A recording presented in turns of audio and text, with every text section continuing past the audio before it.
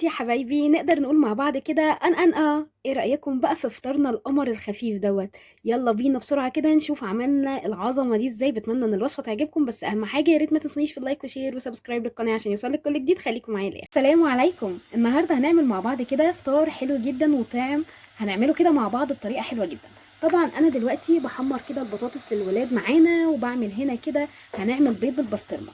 انا معايا هنا كده البسطرمه مقطعاها كده قطع صغيره، ومعايا هنا كده معلقه من السجق البلدي اللي انا كنت عاملاه قبل كده معاكم، وطبعا مقطعين خيار وطماطم. وهنعمل يلا بينا دلوقتي حالا كده السجق البيض بالبسطرمه. هنعمل مع بعض كده. انا هنا حاطه كده معلقه كده من السمنه البلدي، وهننزل كده بالبسطرمه. طبعا ده بقى فطار عشاء اي حاجه كده يمشي معاكي في اي وقت تحبيه وتفضليه. بتمنى ان الوصفه تعجبكم وتكون خفيفه على قلبكم. ما تنسونيش ابدا في اللايك وشير وسبسكرايب للقناه عشان يوصلك كل جديد. احنا كده هنا مش هنضيف اي اضافات خالص. هنبدا بس كده ندحرج البسطرمه زي ما بيقولوا كده في الزبده بتاعتنا. طبعا دي زبده بلدي بتخلي البيض بتاعنا طعمه حكايه. ده طبعا بقى وجبه فطار، وجبه غدا، وجبه عشاء، براحتك خالص زي ما تفضلي وزي ما تحبي. هنسيب كده البسطرمه بتاعتنا كده تتدحرج في السمنه ونرجع تاني مع بعض. وهنا كده يا حبايبي بعد ما خلاص كده دحرجنا كده البسطرمه مع معلقه السجق اللي كانت باقيه معايا، دحرجناهم كده في السمنه شويه، مش عايزينها تنشف قوي علشان خاطر ما تبقاش ناشفه معانا كده في البيض. هنبدا ننزل عليهم كده باي نوع جبن عندك تفضليه. هننزل كده شويه جبن كده معاهم وندحرجها كده في السمنه. وهنا كده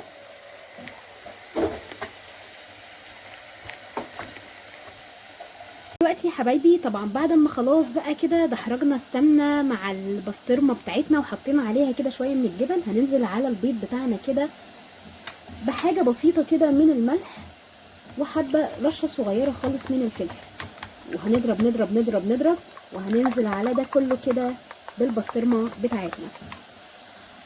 وبما ان يا قمر ان انت لسه معايا لحد دلوقتي، يا ريت ما تنسيش في اللايك وشير وسبسكرايب للقناه عشان يوصلك كل جديد. ودلوقتي هننزل بالبيض بتاعنا كده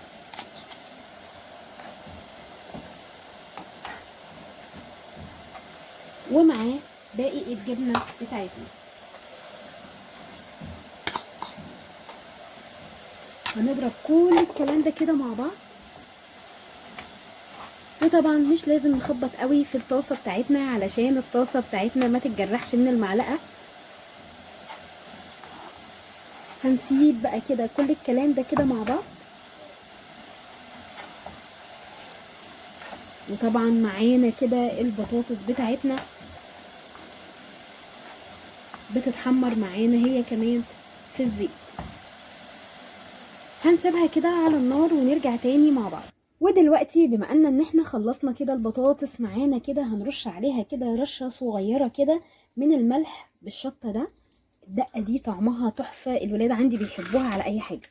وهنجيب طبعا الطماطم كمان، وهنبدأ ان احنا نرش عليها كده عشان نعصر عليها ليمونية كده قمر.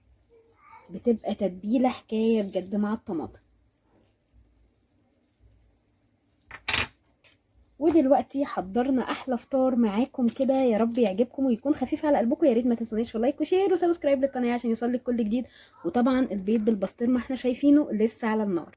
وبكده يا حبايبي نكون حضرنا معاكم كده اطعم بيض بالبسطرمه بجد حكايه. بتمنى الوصفه تعجبكم وتكون خفيفه على قلبكم. ودلوقتي يا حبايبي نقدر نقول مع بعض كده ايه رايكم بقى في العظمه دي؟ عملنا فطار سريع تحفه جدا. بتمنى ان الوصفه تعجبكم وتكون خفيفه على قلبكم. بتمنى يا رب كل اللي بنقدمه يكون يا رب بينال رضاكم يا رب العالمين. بتمنى الوصفه تعجبكم وتكون خفيفه على قلبكم. ما تنسونيش ابدا باللايك وشير وسبسكرايب للقناه عشان يوصلك كل جديد. ودلوقتي نقدر نقول مع بعض والسلام عليكم ورحمه الله وبركاته.